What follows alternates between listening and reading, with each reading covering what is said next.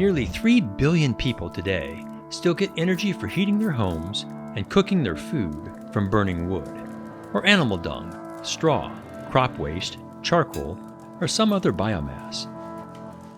That sounds like a good solution, since those materials may be available and affordable. But it's one of the most dangerous forms of energy today. Burning biomass, especially in the many homes that don't have chimneys or are poorly ventilated, produces very high levels of particulate air pollution inside the home. Women and their children breathe most of this smoke. It causes lung and heart diseases, cancer, high blood pressure, cataracts, and other major health issues. These smoke-related diseases kill more than 3 million people each year. One of the biggest challenges of energy poverty is gaining access to safer modern cooking fuels, mostly of 3 types.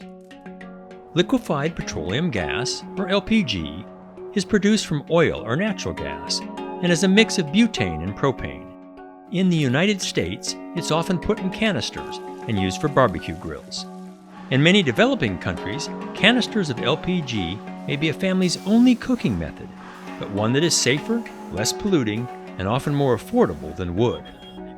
Wherever there are road networks to transport the LPG, this cleaner fuel is increasingly available.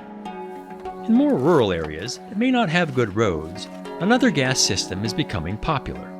Specially designed underground tanks use bacteria to digest cow dung and other waste, and the byproduct is mostly methane, like natural gas. Because it's produced by biological means, it's called biogas, but it can be burned in a stove exactly like natural gas, as in Western countries. Finally, as the grid expands in developing countries, people are starting to use electric cooktops. They use a lot of electricity, more than most home solar systems can provide. But wherever grid electricity is available and reliable, this is an affordable and very safe cooking method. Because it's so deadly, transitioning away from wood and biomass is one of the most pressing problems in energy poverty. These 3 modern replacements, LPG, biogas, and electricity, are already saving hundreds of thousands of lives each year.